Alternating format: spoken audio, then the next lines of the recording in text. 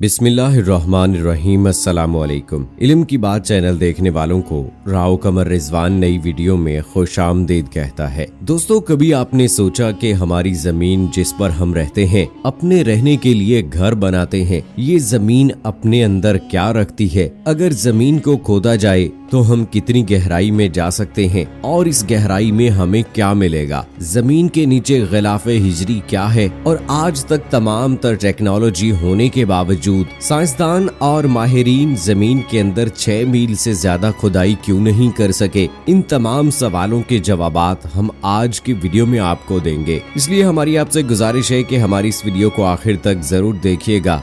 और अगर आपने अभी तक हमारा चैनल इल्म की बात सब्सक्राइब नहीं किया है तो अभी सब्सक्राइब करें, साथ में बेल आइकॉन को जरूर प्रेस करें ताकि लेटेस्ट अपलोड होने वाली हमारी वीडियोस का नोटिफिकेशन आपको बर वक्त मिलता रहे। वीडियो को लाइक करें, शेयर करें अपने दोस्तों के साथ ताकि उन तक भी ये अहम मालूमात पहुंचती रहें। दोस्तों, जमीन की अब तक की मालूम गहराई रूस के जजीरा नुमा हिस्सा पनसोला कोला में मौजूद है, जहां 7.5 मील गहरा एक गड्ढा मौजूद है जिसे कोलापुर होल कहा जाता है। ये गड्ढा समंदर की मालूमात की अब तक की गहराई से भी गहरा है। दोस्तों, जमीन की गहराई को जांचने के लिए जमीन की खुदाई सन 1970 में सोवियत यूनियन के दौर में की गई और इस खुदाई से अब तक 3 अहम दरियाफ्तें की जा चुकी हैं। चलिए आपको बताते हैं कि वो दरियाफ्तें हैं क्या। दोस्तों, जब रूस में वाक़ई इस गड्ढे की खुदाई शुरू की गई तो साइंसदानों का पहले ख्याल था कि जमीन के अंदर बुलंद दर्जा हरारत के बायस सख्त मादे माए की हालत में मौजूद हैं और उन्हीं में से एक तह बसाल्ट की है।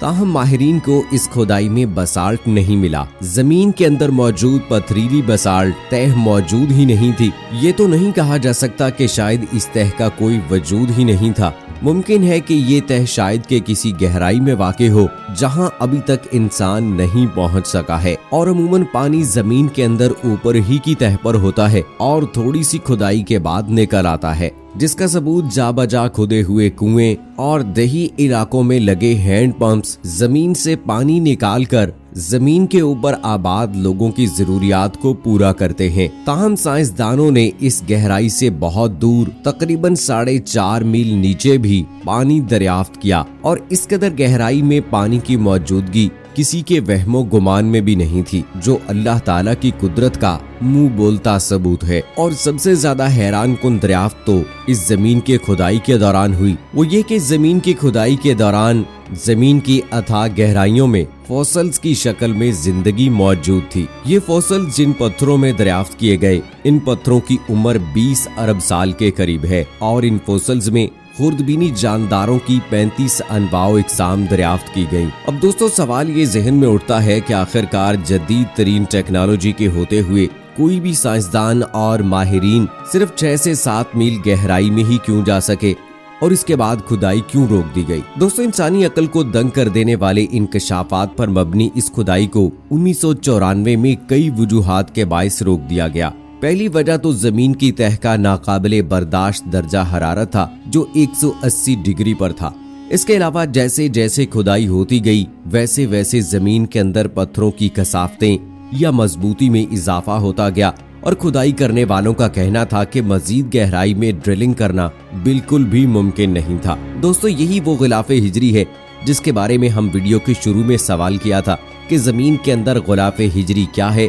यानी पत्थर की सूरत में अल्लाह ताला ने गुलाफ क्रिएट किया हुआ है जिसके बाद मजीद नीचे जाना फिलहाल मुमकिन नहीं है। और जदीद तरीन आलात और ताकतवर मशीनों के बावजूद 6 या 7 मील से ज्यादा गहराई में साइंसदान अभी तक नहीं जा सके हैं, क्योंकि इसके नीचे जो अल्लाह ताला ने चट्टानों की सूरत में गुलाफ बना दिया है, इसको तोड़ना नामुमकिन है।